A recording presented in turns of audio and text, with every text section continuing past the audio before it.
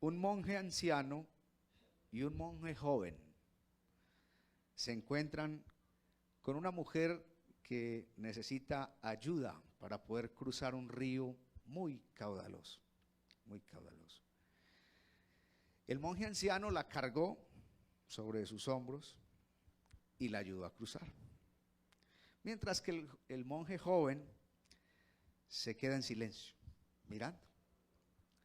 Cuando llegan para donde iban, allá al monasterio, el monje joven reprochó al anciano por haber roto el voto de no tocar las mujeres.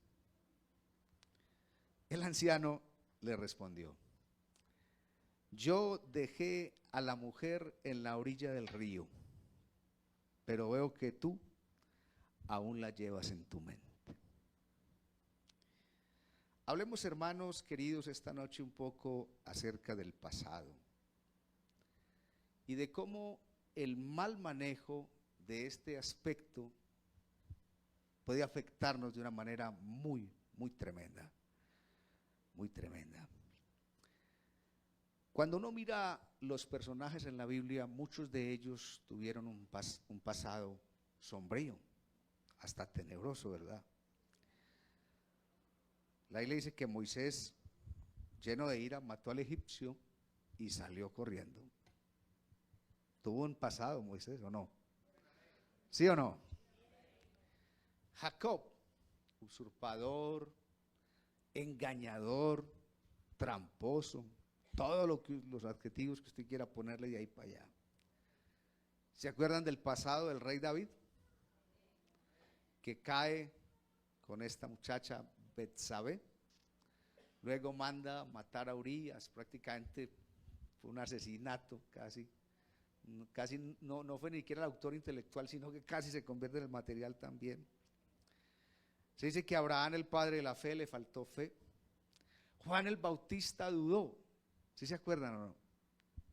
Dudó en la misma cárcel, dudó del Señor. Y ni qué decir del apóstol Pablo, el antiguo Saulo de Tarso, quien fuese todo un perseguidor de la iglesia. Las sombras del pasado, hermano. En estos días estaba yo con unas hermanas de aquí en la iglesia y estaban viendo las fotos de sus exnovios. Y entonces decían una, es que este me mantiene a mí humilde, que porque es muy feo. Este exnovio me mantiene muy humilde. Ya saben quiénes son y deben estar por ahí. Hermano, pero la verdad es que todos tenemos un pasado, ¿verdad? Algunos un pasado más vergonzante que otros, pero finalmente es el pasado. Y tuvimos errores, yerros, equivocaciones, etcétera, etcétera.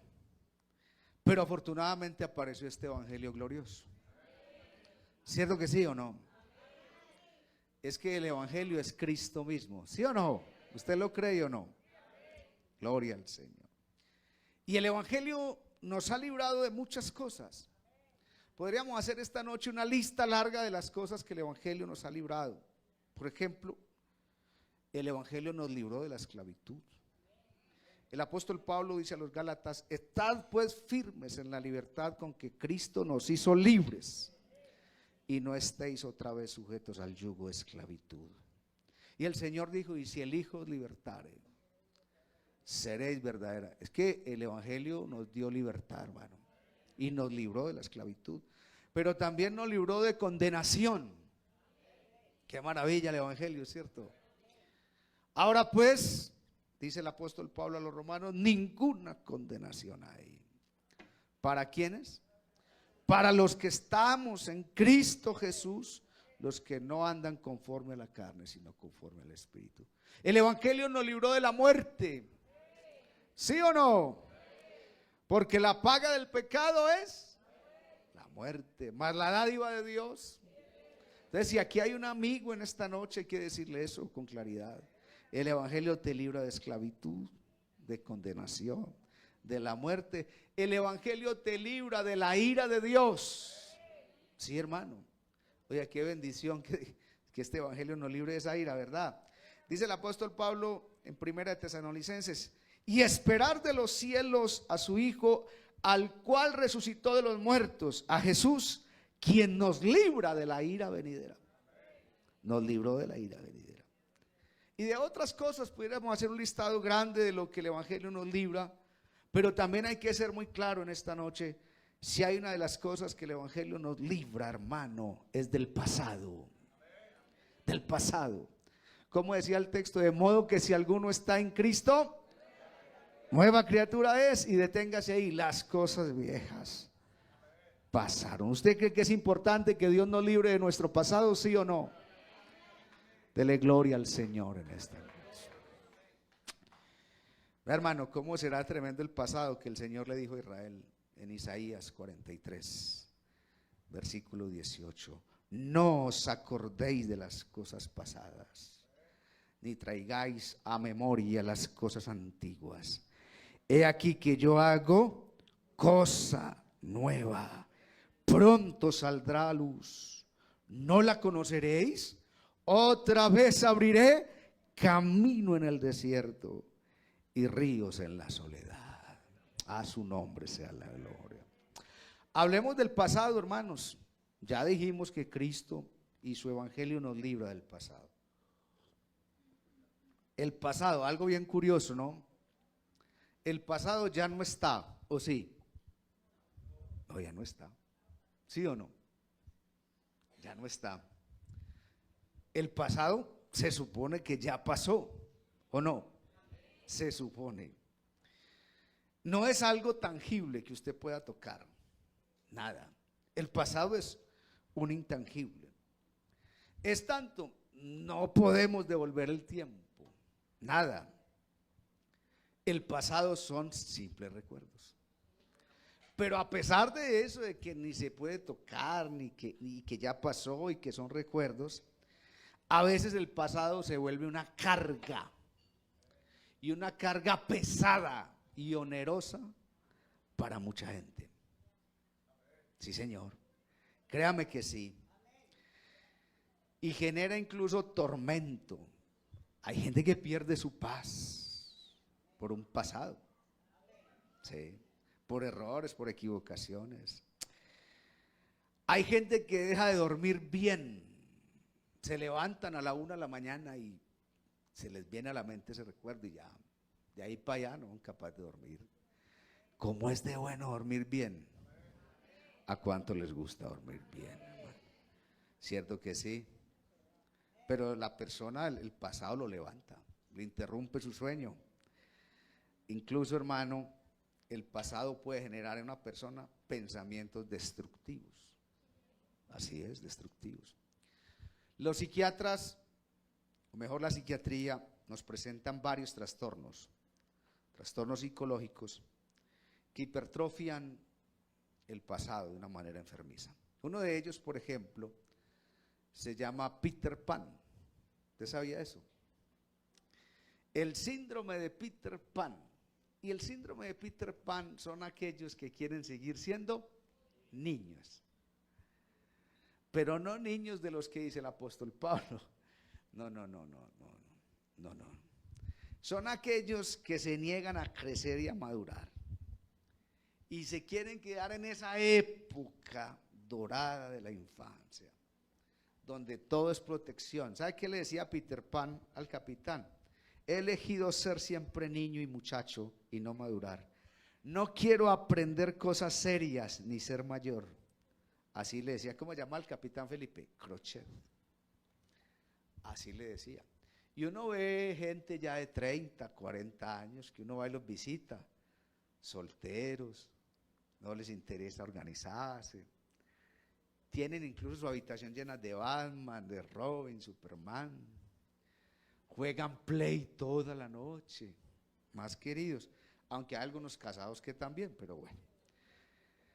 Y eso es un síndrome y está precisamente referenciando algo del pasado, se quedan ahí instalados. Ahora, no solamente existe ese, sino también los nostálgicos. ¿Quiénes son los nostálgicos? Aquellos que opinan que todo tiempo pasado fue mejor. ¿Y habrá nostálgico en la iglesia? Sí. Es tanto, hay gente que dice, ay hermano, no hay como la iglesia de ayer. ¿Cuál es la iglesia de ayer? La misma de hoy. Yo llevo 45 años en la iglesia y la iglesia hace 45 años era muy linda y hoy también. ¿O no? ¿Cierto que sí o no? ¿O allá en Río Negro no? Claro, la iglesia era muy linda en Río Negro hace 45. Ah, no, el pastor puede decir hace 60, ¿cierto? Hace 60 años. Y la iglesia en Río Negro era muy linda. Y vaya hoy a la iglesia en Río Negro y sigue siendo linda. Y la de aquí bonita, linda. Y sí, la iglesia sigue siendo especial. Pero el nostálgico se queda anhelando la iglesia de ay. Entonces no disfruta la de hoy. No, no puede ser. Ahora, existen los neuróticos. Y el neurótico sí está herido. Porque el nostálgico es simplemente un anhelo, un deseo por el pasado. Pero el neurótico está herido y no lo ha podido superar. Y se queda atrapado en esas redes. Y está metido y anquilosado, anclado en los peores recuerdos y vivencias. Y cuando mira hacia adelante, no tiene esperanza. Él no ve un panorama especial, agradable. Para él no hay un futuro alentador, un aliciente. Ese neurótico, hermano, está atrapado y no ve nada bueno en adelante. Ahora, existen los depresivos. Y hoy vamos a hablar de depresión. Y la depresión, hermano, digamos que es un estado de ánimo. Pero ese estado de ánimo tiene unos sentimientos persistentes. Lo persistente casi que sistemático, permanente, de tristeza. La depresión es la enfermedad de la tristeza. Y hay gente que es triste, hermano, desafortunadamente. Hay gente que lo es. Y lo más duro es que hay gente que dice, sí, yo soy así, ¿y cuál es el problema? Y así he sido desde niño, ya me acostumbré. Y usted se pone a ver y sí, se acostumbró, se adaptó. Qué pesar, es lamentable. Pero mire, hermano, hay unos sentimientos permanentes de desinterés, de pérdida de gozo, de placer en esas actividades que anteriormente disfrutaba. Yo me quedé muy triste con papá hace poco que lo llevé al neurólogo, un especialista. Y él decía, es que, señor, el Parkinson es la pérdida de la dopamina. Yo me quedé muy triste porque la dopamina es esa hormona que está ligada al placer, a lo que a usted le gusta hacer, a lo que usted disfruta. Yo decía, es triste, ¿no? ¿En dónde puede uno caer cuando deja aquellas cosas que disfruta, que goza? Y entonces, hermano, a diferencia de los cambios de humor ocasionales, la depresión es una condición. No son momentos, sino que ya es una condición de la persona. Y afecta cómo se siente, cómo piensa, cómo se comporta. Y puede incluso, hermano, esta condición interferir en la vida diaria, en la dinámica personal, en su trabajo, en su estudio, en su relacionamiento con los demás, con el otro. Escúcheme, hermano, porque es importante resaltar que la depresión no es una debilidad por ahí personal, no. Y a veces ni se puede superar simplemente con fuerza humana, fuerza de voluntad. Es una enfermedad compleja, muy compleja. Y existen múltiples tipos de depresión, pero se dice que puede ser causada incluso por una combinación es decir, es multifactorial. Pueden haber factores genéticos, biológicos, ambientales y psicológicos. Hay recuerdos, hermanos, en la vida nuestra, hay recuerdos que tienen una gran carga emocional. Eso indudablemente. Yo creo que todos los que estamos hoy aquí, quienes hay conmigo, hemos vivido situaciones muy, muy tensas y con una carga emocional muy fuerte. Y cuando los revivimos con toda seguridad, activamos esas conexiones neuronales, pero en esa persona depresiva es tal esa conexión que se da que se afecta todo el organismo. Entonces la persona empieza a temblar, es decir, está recordando, por ejemplo, yo perdí mi madre, perdí un hermano y para mí pues seguramente han sido los momentos más difíciles de mi vida. Pero yo lo recuerdo hoy, lo recuerdo y yo no empiezo a temblar. Una persona con depresión, nada raro que comience a temblar, le comience la taquicardia o comience a sudar. Su cortisol, que es esa hormona del estrés, ¡pum!, se le dispara, incluso la adrenalina. Y aparecen esas respuestas, hermano, emocionales que surgen de una manera muy exagerada. Es que una cosa es que usted llore, y yo a veces recuerdo a mi madre y a mi hermano y a veces me pongo a llorar. Y mi esposa me dice, ¿por qué estás llorando? ¿Qué le pasó? ¿Se quemó con el chocolate? Le dije, no me quemé con el chocolate. El chocolate me hizo recordar a mamá y se me vienen unas lágrimas. Pero no es una respuesta exagerada. Lloro por un rato y finalmente agradezco a Dios por la vida de mi madre, pero finalmente pasa. En cambio, una persona que tiene depresión, no, su respuesta es exagerada, su respuesta emocional es exagerada ante ese estímulo, en este caso el recuerdo de la pérdida, por ejemplo, de su madre. Entonces ahí, hermano, digamos que esa reacción del cuerpo es excesiva y explosiva y la persona se bloquea y ya no se siente capaz de razonar con claridad, es decir, ya caen incluso en pensamientos irracionales. ¿Usted qué está pensando? Lo que usted está pensando sí tiene sentido. Y uno ve que muchas veces la persona lo que está pensando ni siquiera tiene sentido. Hay un asunto de depresión. ¿Cuáles son los síntomas? Como toda enfermedad tiene síntomas. Y en este caso los síntomas son emocionales. Volvemos a lo mismo, tristeza permanente, persistente, irritabilidad, todo el tema ansioso, sentimiento de vacío, desesperanza, inutilidad, culpa, pérdida de interés y pérdida a lo placentero, a lo que le gusta hacer. También hay síntomas físicos, la persona decae, se siente cansado, no ha hecho ejercicio, no ha ido a trabajar y está cansado. ¿Por qué estás cansado? Estás fatigado. Y hermano, definitivamente el cuerpo muchas veces paga las consecuencias de todos esos asuntos que están en nuestra mente. El cuerpo sale cargando muchas veces, la piel nuestra sale cargando muchas veces todas esas emociones reprimidas. Por allá decía alguna vez un teórico que esas emociones reprimidas no están muertas, están enterradas vivas y han de salir a la luz de la peor manera. ¿Cómo? Con la enfermedad, con su cuerpo enfermo. Yo tal vez hace un año larguito, perdí una amiga con una vida cristiana que nació en el Evangelio y un cáncer acá la consumió. Me decía, pero tan extraño, una mujer muy saludable. Sí, pero asuntos internos de familia, probablemente, no estoy diciendo que sea eso, probablemente pudo haberle generado su cáncer.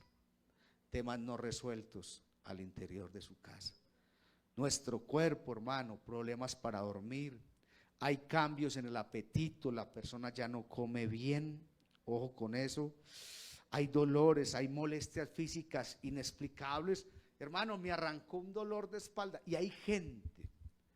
Hace poco estaba yo atendiendo una familia por allá, pastoral, por allá hay otro distrito, que me decía, la hija de esa esposa de pastor, me decía, mamá la llama a urgencias permanentemente y ya lo que le mandan es vaya al psiquiatra. Señor, usted no tiene nada, pero es que a mí me duele. No, pero no encontramos nada, le hemos hecho todo tipo de exámenes, todo tipo de cosas, pero vuelvo y le digo, es que el cuerpo de nosotros, hermano, termina cargando muchas veces todos estos asuntos. Préstele atención. Ahora, hay síntomas también cognitivos, porque la persona no se concentra, no recuerda, le cuesta mucho tomar decisiones, todo el tiempo está mirando con un lente negativo la vida y vienen hasta pensamientos suicidas. Hay ideación suicida en la vida de esta persona. También hay asuntos comportamentales, está retraído socialmente, no se deja ver, habla incluso más despacio, descuida su higiene personal. Una persona con depresión ya deja de bañarse. Una persona que era muy pulcra, muy impoluta, impecable, ya no se baña. ¿Por qué no se baña? ¿Qué pasará en la vida de esta persona? Todos estos, hermanos, son síntomas de que una persona puede estar sufriendo depresión. ¿Y saben algo? Usted no está exento de ella. No, es que, no, hermano, es que yo soy cristiano. No, hermano, todos podemos sufrir esa enfermedad. Por eso vale la pena este tipo de enseñanzas, hermano. Vale la pena. Y además que en Cristo tenemos los recursos. ¿Estamos de acuerdo o no? Sí, hermano, hay pastores que han sufrido depresión. Entonces los vamos a juzgar. No, ¿por qué? Usted, primero que todo, no somos nadie para juzgar. ¿O sí? No somos nadie para juzgar. Cualquiera de nosotros se puede enfermar de depresión, hermano. Depresión significa hundimiento. Uno se siente hundido, uno se siente metido en un hueco. Por eso el Salmo 103 dice: Él es el que rescata. Y yo siempre me pregunto, ¿qué será el hoyo de la vida? Aquellas situaciones, circunstancias emocionales en las que uno entra, hermano, y ahí lo rescata, hombre, el Señor. ¿Cuántos lo creen en esta noche? Demos gloria a Dios. Aleluya. Mire pues este test, vamos a hacerlo rápido, usted contesta en su mente. ¿Te has sentido triste o vacío la mayor parte del tiempo? Si usted más de 5 contesta para usted que sí, ahorita hablamos, hermano, después del culto. Es en serio. ¿Has perdido interés en actividades que antes disfrutabas? ¿Te has sentido cansado o sin energía? Sí, Señor. Ay, hermano. Vigoril. Oxilococina es para el cabello, pastor. No, eso no es para el cabello. ¿Has tenido problemas para dormir o has dormido demasiado? Porque esa es la otra, la persona. ¿Te has sentido ansioso o inquieto? ¿Has tenido pensamientos de muerte o de suicidio? ¿Has tenido problemas para concentrarte o tomar decisiones? ¿Te has sentido solo o aislado? Acuerde que la soledad es un sentimiento. Usted puede estar aquí con todos los que hay aquí conmigo, puede sentirse solo. ¿Te has sentido solo o aislado? ¿Has notado cambios en tu apetito o en tu peso? Interesante. Si respondió sí, más de 5, ahorita, hermano, conversamos. Y la depresión llega a la vida de una persona que hace parte de una familia y empieza a afectar la dinámica familiar. Por ejemplo, lo primero que afecta es la comunicación y la forma de relacionarse. Una persona depresiva en la casa, tremendo, hermano, porque ya la comunicación no es tan efectiva con esa persona. Una persona que todo lo ve gris, que para ella no hay esperanza, que ella, es difícil comunicarse con esa persona. Ahora, también, hermano, uno siente frustración, porque primero que todo nosotros no somos psicólogos, y ayudarle a los mismos de la casa es lo más difícil que hay. Usted puede ser el mejor psicólogo o el psiquiatra, pero usted en su casa tiene un hermano, un tío, un primo, vive con él, usted no es capaz de ayudarle, es capaz de buscar a otro, es difícil. Entonces ya ese solo sentimiento le genera a uno hasta ira, impotencia, y entonces se torna difícil la convivencia. Mire cómo implica esto en la familia. Y esas relaciones, hermano, sufren porque la conexión con esa persona se debilita. Ya no, usted sabe que las conexiones entre la familia y los amigos, en la hermandad, genera oxitocina. Ya no. La oxitocina es una hormona maravillosa que uno siente cuando uno ve los hermanos de Manizales que vienen a visitar la iglesia de las Tejas y dice, ay, eso, así. Ya uno no siente eso con una persona depresiva, porque uno lo ve triste, uno lo ve llevado, uno dice, a uno le va a pesar. La dinámica familiar sufre, ¿por qué? Porque aparece la tensión, aparece el conflicto. ¿Cómo que no te vas a bañar? Bañarte, es que oles mal, es que la persona no me baña, oles mal. También, hermano, ojo con esto, si el que entra en la depresión es el papá, entonces alguien tiene que asumir el rol de padre, alguien lo asume. Entonces ya se desgasta esta persona por asumir el rol que no tiene. Ya mamá está haciendo el papel de mamá y papá, y el papá por allá depresivo. Por eso es importante la función, los roles en la familia, quién ejecuta cada rol, y esa claridad es importante en la dinámica familiar. Ahora, ya el funcionamiento efectivo y la toma de decisiones ya no es la misma. Las rutinas se cambian, se cambia todo, hermano. Hay una disminución en la participación. Vamos a hacer una actividad familiar. Y el depresivo, yo no voy por allá. Ustedes saben que a mí no me gusta. Dice, a ver, ya pues, entonces ya no hagamos nada, ya no participemos. Íbamos a jugar un parqués. Verdad que ustedes no juegan parqués. Yo sí, hermano, con los hijos míos juego parqués. Yo no juego eso. Yo siempre pierdo. A mí me meten a la cárcel a toda hora. Ya no juega, ya no participa. Sean serios, hermano. Ay, hombre, por Dios. Las rutinas de comer, la persona ya ni come o come por allá aislada, ¿cierto? Entonces, cambia muchas cosas, la carga emocional, hay estrés en la casa, el ambiente. Hermano, esto aparece una carga emocional muy pesada y uno se siente abrumado, porque ya entonces uno tiene que entrar a cuidar a la persona, ya uno está pensando, ¿será que este va a pasar de la ideación suicida a materializar ese suicidio? Entonces ya aparece el estrés, aparece la angustia. Y uno dice, después se mata y si yo no lo cuido, voy a ser yo el culpable. Ese tipo de cosas, hermano, empiezan a afectar la dinámica familiar de una manera muy, muy tremenda, hermano. Ahora, cuando los papás son los depresivos, los niños son los que echan la culpa. ¿Usted sabía eso? Ya son los niños los que dicen, mi papá y mi mamá están depresivos por mí. Qué situación tan tremenda, ¿no?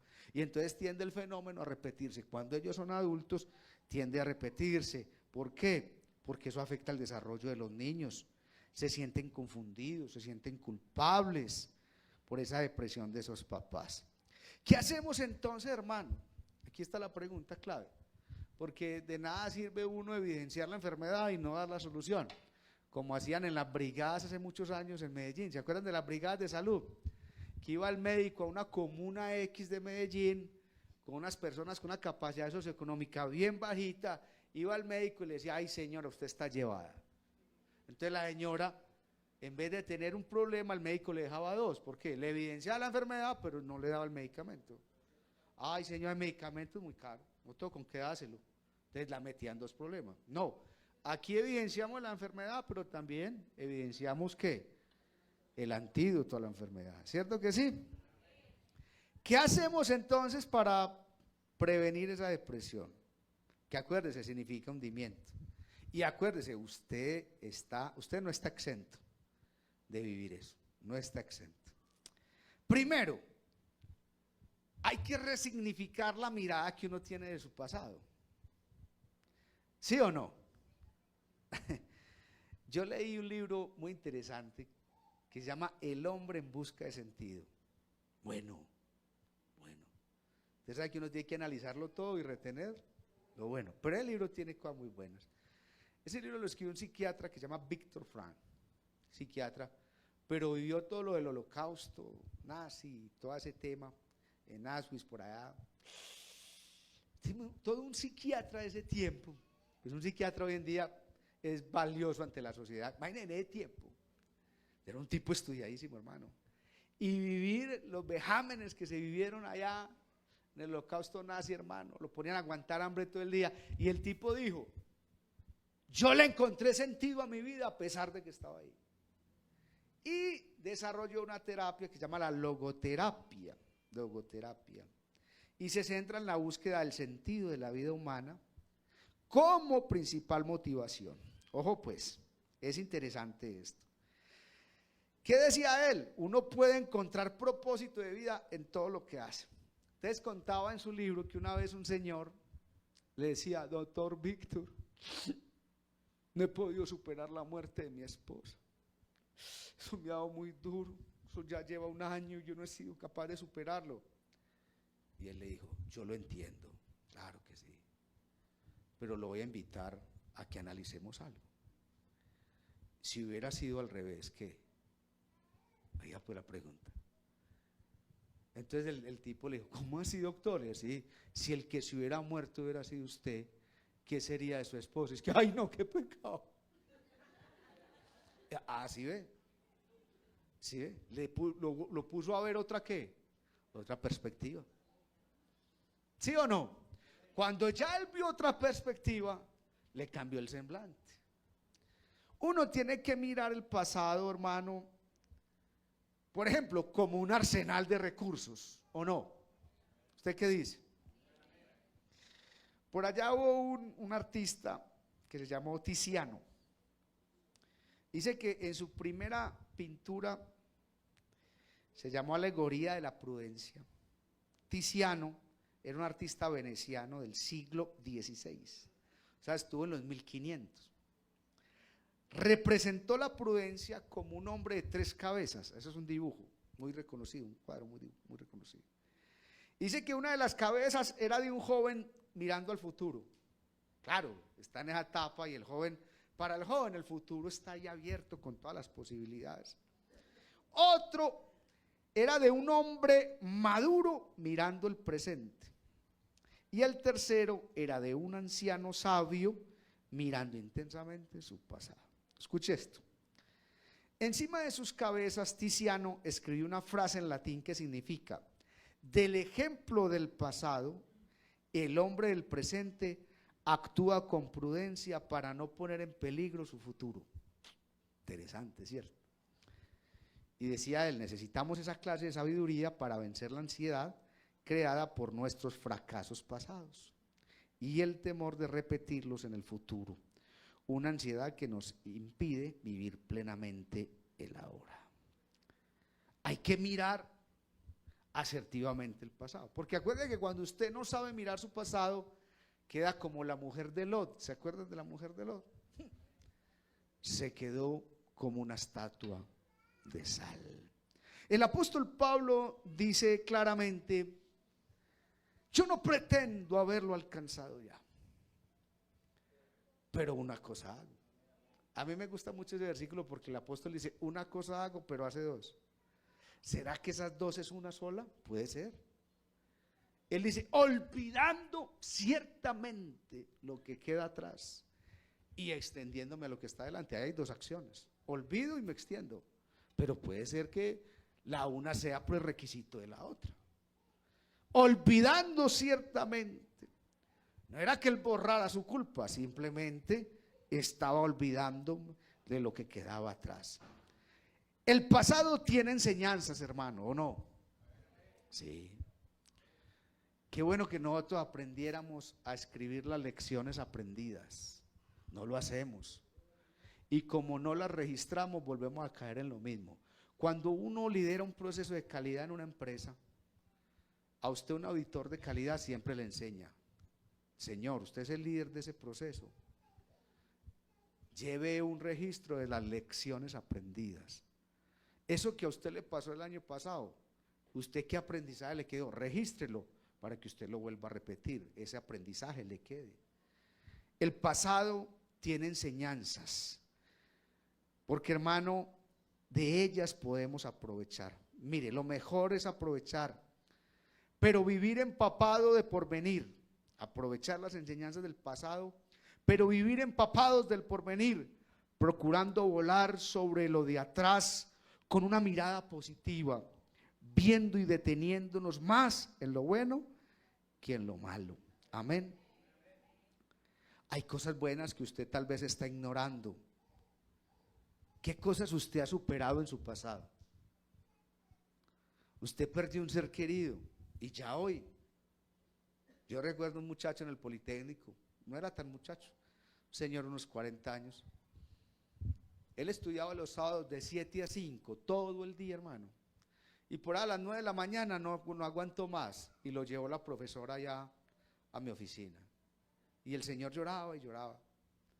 Me decía, profe, ya no soy capaz de estar en clase, duró 2 horas. Digo, es que anoche, cuando llegué del trabajo, encontré una nota de mi esposa. Ella se fue con mi mejor amigo. Y estoy muy mal, muy mal. Y me dejó los niños. Y estoy muy mal. Y le dije, te entiendo. Dime qué cosas has superado en tu pasado. Y me dijo, mi mamá murió hace 3 años. Y en ese momento mi mamá no se había muerto. Y le dije, debe ser muy, muy duro. Me dijo, duro. Entonces me dio una frase que me decía, ay, profe, es que Dios y madre, decía el muchacho. Y le dije, ¿hoy cómo te sientes? Cuando yo te hablo de tu mamá, ¿cómo te sientes? Entonces sonrió. Si usted quiere ver que una persona haya sanado, pregúntele por ese exnovio. Si sonríe, sanó. Ve, ¿qué hubo de te? Ah, bien. Sanó. Pero cuando hace así, ¿cómo hace el pastor? ¿Cómo es que hace el pastor? No soy capaz de hacer igual a usted, pastor. ¿Y cómo lograste superar lo de tu mamá? ¿Qué cosas hiciste? Es que uno tiene que ser consciente, hermano. Nosotros hemos librado batallas, ¿o no? Sí, aquí estamos, hermano. Y es porque Dios nos ha ayudado y nosotros también hemos sido fuertes. No le decía al Señor a Josué, esfuérzate y sé valiente. Hemos sido valientes, hermano, ¿o no? Y hemos librado batallas y aquí estamos. Pero entonces, ¿cómo? Hay que mirar el pasado así, hermano. Hay que mirarlo así. Porque allá tenemos triunfos. Allá tenemos triunfos. Yo ya soy muy malo para jugar tenis de mesa. Ya Maximiliano me gana. Pero allá en la casa tengo unos trofeitos que me gané. Entonces Ezequiel me dice, pa, ¿usted cómo los ganó? Y yo me acuerdo, hermano, alegría. Pero ya no soy capaz de ganármelos, hermano, ya. Pero sí, me gané uno que otro. Y ahí los tengo colgados. 2. Aprenda, hermano, y esta es una necesidad que tenemos, porque hay unos intrusos en la vida de uno. Se llaman los pensamientos intrusivos. Aparecen, ¡pa!, de la nada. Usted está aquí en el culto, inclusive, escuchando la enseñanza, cuando uno piensa, ¡pa!, se le vino un pensamiento. Entonces decía un predicador, yo no puedo impedir que los pájaros vuelen sobre mi cabeza. No puedo. ¿Cómo impido eso? No. Pero sí puedo impedir que hagan nido sobre mi cabeza. Y estaba hablando metafóricamente de los pensamientos. ¿No ve que el monje siguió pensando en la mujer? Tocaste la mujer.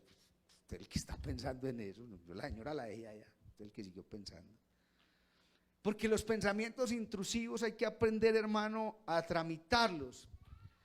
Si usted dice, no voy a pensar en eso, más lo piensa. A mí se me viene a la mente la muerte de mi mamá. Créame, muy doloroso. Si yo digo, ay, no voy a pensar en eso, más lo pienso. Más mente le doy. Digo, ay, no. Y aparece la culpa. ¿Será que me faltó hacer esto? ¿Será que no fui atento con ella? ¿Será que si le hubiera corrido? Cuando yo digo no pienso, más lo pienso. ¿Por qué? Porque así funciona la mente. ¿Qué le hacemos pues? No es que usted dice a veces, ay, que no se me caiga, ¡pum! ¿Le ha pasado?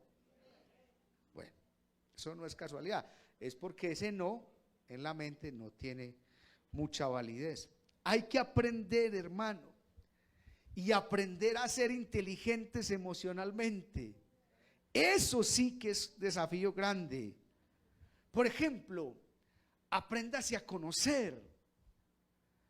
Gran parte, hermano, de aprender a manejar las emociones es aprender a conocerse. Usted sabía que cuando uno dice, me está dando ira, usted controla más fácil la ira que cuando no lo dice. Por ejemplo, usted está en medio de una reunión difícil y algo lo está exasperando. Si usted dice, esto me está empezando a dar ira, usted logrará controlar más fácil su ira que cuando no lo dice. Entonces empieza usted a enojarse y cuando menos piensa se le alborota usted ese tigre que lleva por dentro y sale embarrándola, como la hemos embarrado muchas veces, o por lo menos yo la he embarrado muchas veces. ¿Cuáles son esos recuerdos, hermano, que disparan su estado de alerta? ¿Cuáles son? ¿Qué será eso? Usted los tiene identificados. Ese ejercicio hay que hacerlo. Esos son los estímulos que llegan, los pensamientos intrusivos, llegan. Yo no tengo control sobre lo que llega. Es imposible controlar eso. Y como es imposible controlarlo, por lo menos lo voy a identificar. ¿Cuáles son esos que me ponen mal? Esos recuerdos. ¿Cuál es esa situación determinada? ¿Cuál es ese tema puntual que a mí me hace? De pronto cuando hablo del cáncer de una persona me recuerda esto, o de pronto cuando hablo de un asunto de infidelidad, cuando hay algún asunto, incluso hay gente que un olor, van en el metro y se monta alguien, uno en el metro a las 5 de la tarde, hermano, y se monta alguien con una loción determinada y dice, ay, ¿por qué se echó esa loción? Muchas veces eso, uno tiene que conocer qué lo detona a uno, conocer qué síntomas me aparecen cuando esto me pone mal, qué síntomas aparecen en mí y qué me ha funcionado. Cuando me está apareciendo, ¿qué me funciona? Orar, leer un salmo, meditar en la palabra, salir a caminar, no sé, hermano, pensar en las bendiciones del Señor. No es decir, no voy a pensar en esto, no, es qué pensamiento le propongo a mi mente paralelo al que tengo. Porque vuelvo y le insisto, si digo, no voy a pensar, mal lo pienso. Voy a pensar en las bendiciones del Señor. Voy a pensar en mis hijos. Voy a pensar en mi familia. Voy a pensar en algo agradable. Hermano, algo le funciona a usted.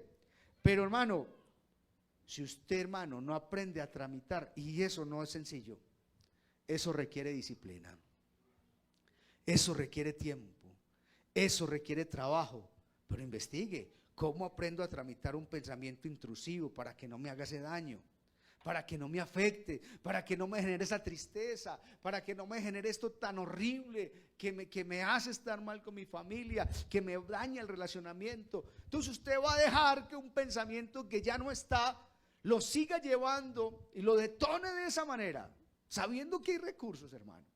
No puede ser. No, está siendo demasiado, hermano, reactivo. No está siendo proactivo con tu propia vida. Piense cuando venga una situación X determinada, diga, hombre, ¿qué le funcionará? ¿Cómo actuaría esta persona que yo tanto admiro por su tranquilidad? Esta persona que yo admiro por esa calma, por esa paz, ¿qué haría en mi lugar? Esa es una estrategia que funciona. Piénselo también. Filipenses capítulo 4, versículo 8. Yo creo que ese es un versículo, hermano, que siempre que hablemos de salud mental tenemos que tocarlo. Filipenses 4:8, por lo demás, hermanos, todo lo verdadero. Hace de con, hermano, eso es de una. Todo lo honesto, lo justo, lo puro. Hombre, si será justo que una equivocación, hermano, que usted cometió hace años, de la que Dios ya usted lo perdonó, usted vuelva otra vez, si usted la traiga, hermano, y le daña la vida devocional, todo. Mire, si será eso justo, puro, amable, todo lo que es de buen nombre, virtud alguna, si algo digno de alabanza, en eso pensamos. Número 3, evite lo que empeore su situación. ¿Cómo así, hermano Juan David? Sí. Hermano, voy a dormir. Y toman pastillas para dormir. Y duran 1 o 2 días dormidos. Es que es la única forma de sentirme tranquilo. Sí, espere que despierte. ¿Cómo despierta? ¿Despierta mejor o peor?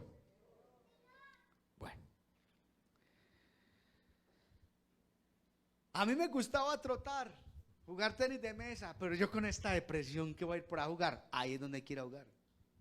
No dicen amén, pero sí es, ¿no? Así es. Así es. Usted dejó de hacer lo que le gusta. Ah, hermano. Ah, yo cocinaba tan bueno, hermano, pero me llegó esta depresión y yo ya no, ni un huevo, ni nada, yo no hago nada. ¿Cómo así, hermano? No dejes de hacer lo que te gusta, es delicado. Estás empeorando las cosas. Ah, yo no me congrego, yo no voy a la iglesia. Usted era de las hermanas Dorcas, esas Dorcas de aquí que son tan especiales. A usted no volvió a los martes, ¿cómo llaman los martes de Dorcas? Mi café con el Señor. Mi cita. No, yo que voy a ir por allá. Al revés. Venga. Usted, esa oxitocina, acuérdese de la hormona, oxitocina, que segrega cuando usted saluda a alguien, hermano, Dios lo bendiga. Eso le ayuda a su posible depresión, a prevenirla. Ah, no, pues yo ya no voy por allá. Ojo, se aíslan. El que está tomando medicamentos abusa del medicamento. Grave. Número 4, y esta es muy interesante. Perdónese y perdone a quienes le hicieron daño en el pasado. Perdónese usted mismo, hermano. Yo le pregunto, el látigo que usted se da, ¿para qué le sirve? En estos días me llamaron de una empresa para dar unas capacitaciones virtuales, una multinacional, y eso me iban a pagar, hermano, que yo dije, ay, gloria al Señor, con esto me ajusto. Y la empresa daba por sentado que yo hablaba inglés. Señor, su nivel de inglés, y yo empecé con la propaganda, a little.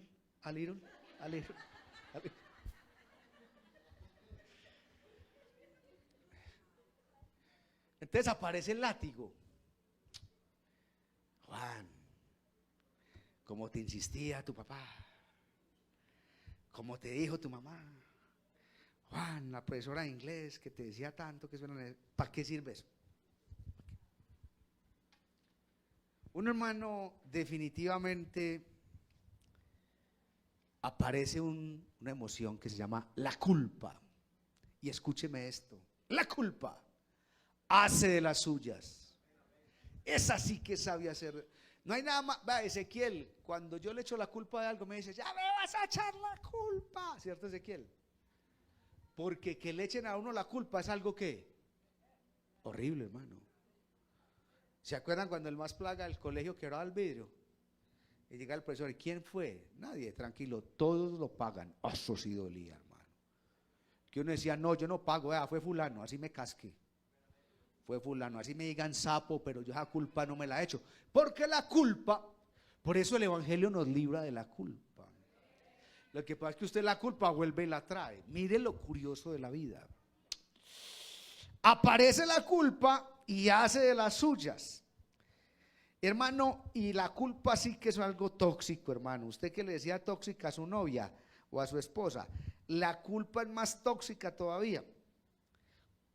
Consiste en sentir que uno no ha actuado correctamente o que uno no ha cumplido las expectativas que había generado, que uno decepcionó a ciertas personas. O se decepcionó a sí mismo. Ojo, hermano, con los perfeccionistas. Y estamos viviendo un tiempo tremendo en el que uno quiere ser un 10 en todo. Yo quiero ser 10 como esposa o como esposo. Quiero ser un 10 en la universidad. Quiero ser un 10 en la vida laboral. Quiero ser un 10 en la iglesia. No puede ser un 10 en todo.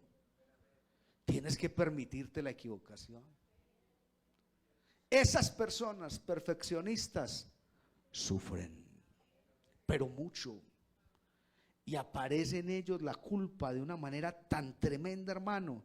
Y vuelvo y le digo, haciendo de las suyas.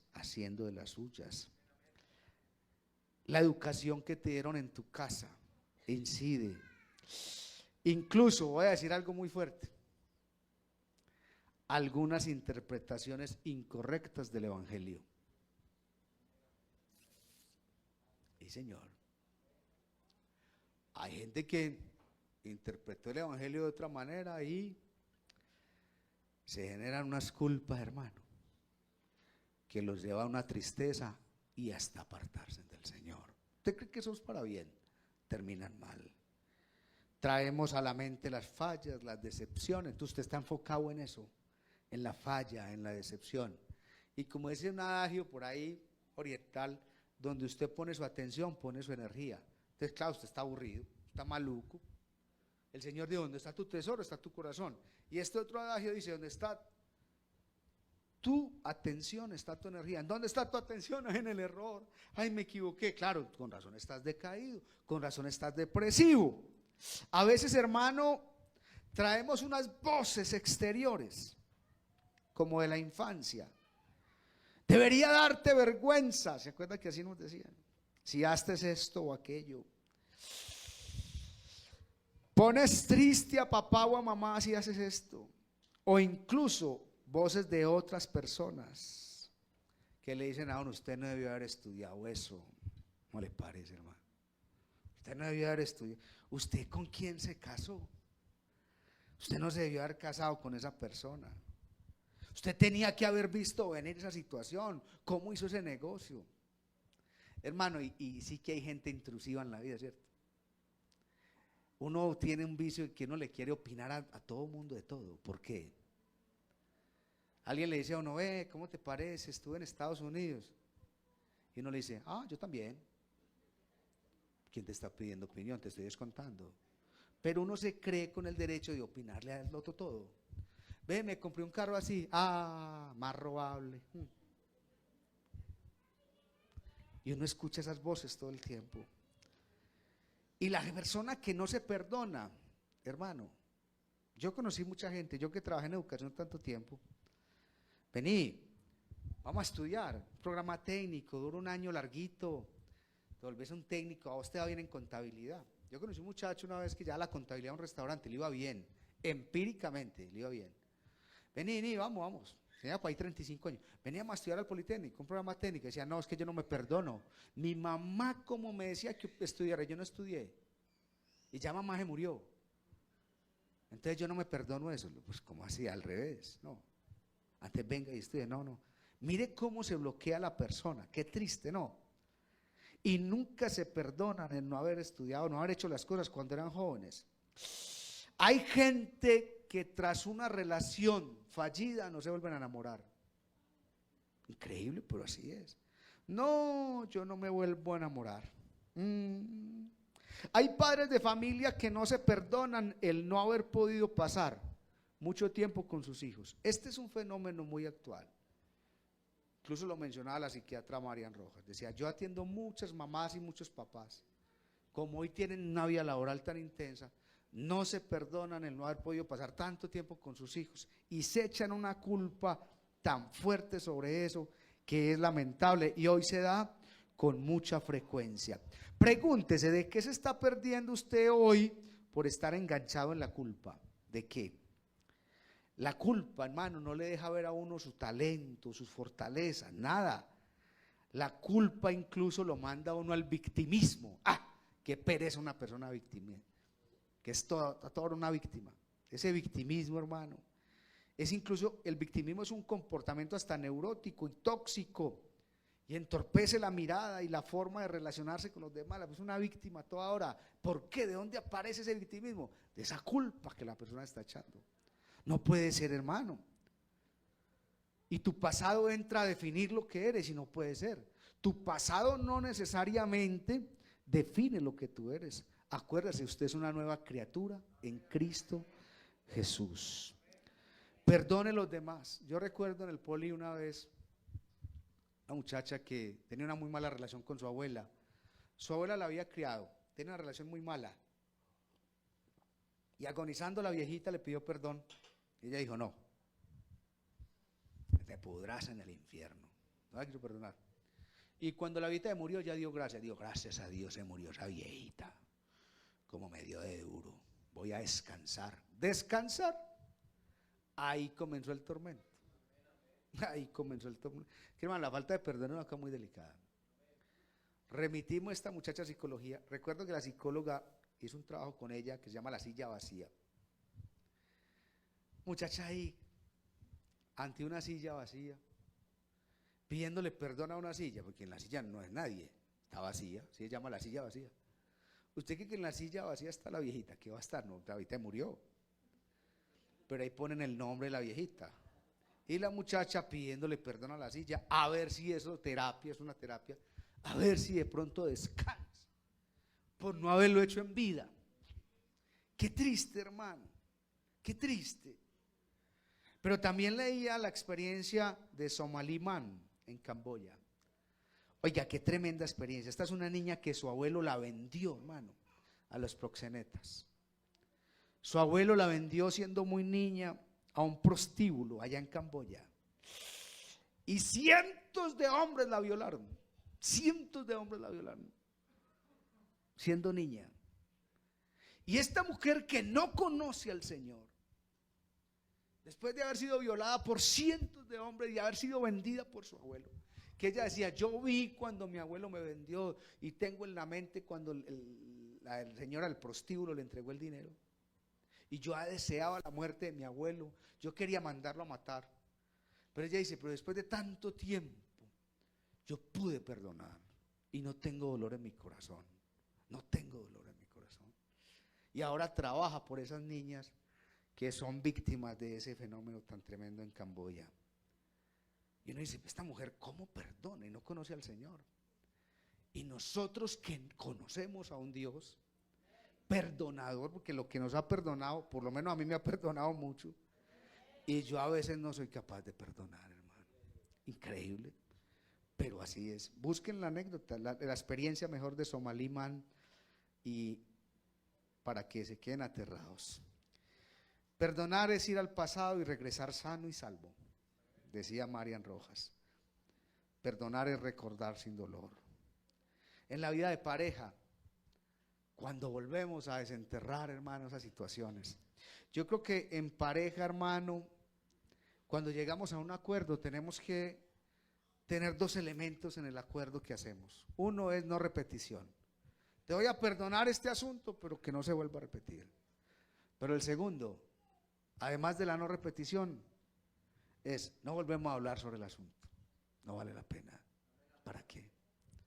Para poner a oler mal el ambiente familiar, el ambiente de pareja. Perdonemos, de verdad.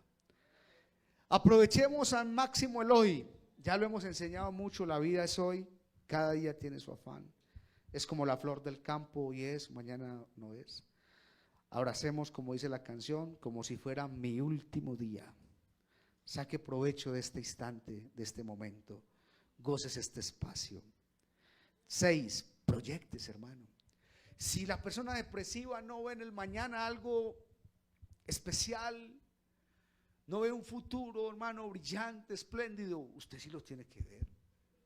Y yo creo que ese futuro lo tiene que llevar. Y si hay algo que nos ha dado este evangelio es esperanza. Y el apóstol Pablo dice, ustedes estaban ajenos a los pactos, a las promesas, lejanos de la ciudad de Israel, sin esperanza. Eso estábamos nosotros, hermano. Pero este evangelio nos dio esperanza, hermano. Y lo que viene es más grande. Cuando usted le venga, hermano, ese pensamiento intrusivo que quiere dañarle, generarle tristeza, usted lo que tiene que decir es que venga lo que venga, yo por aquí voy de paso. Dios tiene preparado para mí algo mejor, algo más especial. A su nombre sea la gloria. A su nombre sea la gloria. Y vamos cerrando diciendo, habrá momentos en los que usted requiere apoyo profesional. ¿Y eso es malo? No, mano. Yo he estado en apoyo profesional. Yo he trabajado con psicólogas y en algunos momentos le he consultado cosas de mi vida como esposo, como padre, personal. ¿Cuál es el problema, hermano? Habrán personas que nos den un apoyo especial. Y uno no puede negarse a eso, hermano. Ay, hermano, yo no, pero voy de para atrás. Mano, vaya terapia de pareja. No, hermano. No, que conozcan mi vida.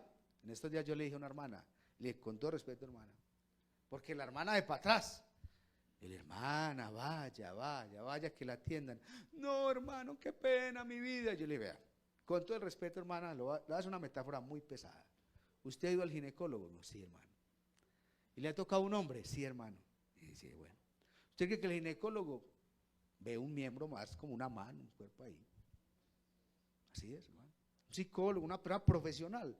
No la ve a usted, ay, la hermana, la diácona de la estrella. No, mano. Ve un caso más y lo atiende con esa misma altura, con esa, ya, no más. No, hermano, yo mis cosas. Ah, bueno, hermano, dele para atrás. Dele para atrás. No, a veces hay que buscar apoyo, hermano. Se lo digo en el nombre del Señor. A veces hay que buscar apoyo. Y finalmente, deje su pasado en manos de Dios. Vea, hermano, Dios no corre a contarle sus cosas a nadie. Si ese es su temor, con Dios no hay ese temor. ¿Cierto que no? Es que, hermano, con Dios es muy diferente a los procesos de selección que uno vive, ¿o no? Qué pesar de una persona sindicada, ¿cierto? Allá en la cárcel de Santa Bárbara, un hermano de la iglesia que me dice, hermano, yo ya voy a salir, pero ¿quién me va a dar trabajo a mí? Uno ya sindicado. Y la verdad sí es duro para una persona que estuvo en un centro de reclusión. Pero ¿sabe qué dice el Señor? Aleluya. Que Él no nos ha tratado según nuestros pecados, ni nos ha pagado conforme a nuestras iniquidades. Y 1 Corintios capítulo 6 dice, no os dejéis engañar, ni los inmorales, idólatras, adúlteros, ni los afeminados, homosexuales, ni ladrones, ni ávaros, ni borrachos, ni difamadores, ni estafadores heredarán el reino de Dios. Y esto erais algunos de vosotros, pero ¿cuántos les gusta ese pero? Pero, aleluya, ya habéis sido santificados, justificados en el nombre del Señor Jesucristo y por el Espíritu de nuestro Dios. Deja tu pasado en manos de Dios. Echa tus errores al fondo de la mar. Te da la oportunidad de volver a nacer, de volver a comenzar. Hermano, Dios se olvida de que se olvida. Escuche eso esta noche. A veces usted vuelve al altar, Señor, perdóname por lo de hace un mes. Y tan lindo este Dios omnisciente que tenemos. Es omnisciente, Él todo lo sabe. Y ese omnisciente hace que se le olvida, imagínense.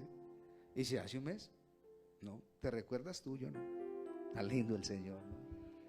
Tan bello el Señor. Deja tu pasado en manos de Dios. Estemos de pie, iglesia, tengan la amabilidad.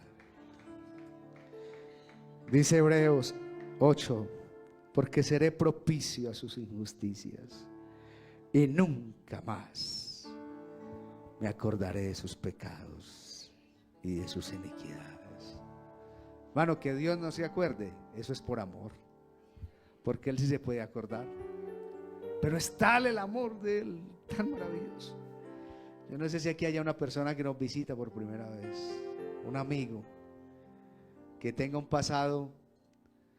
Alguien puede decir esta noche, mire, usted no conoce mi pasado, y es verdad, yo no lo conozco, pero sí conozco un Dios que sabe qué hacer con tu pasado.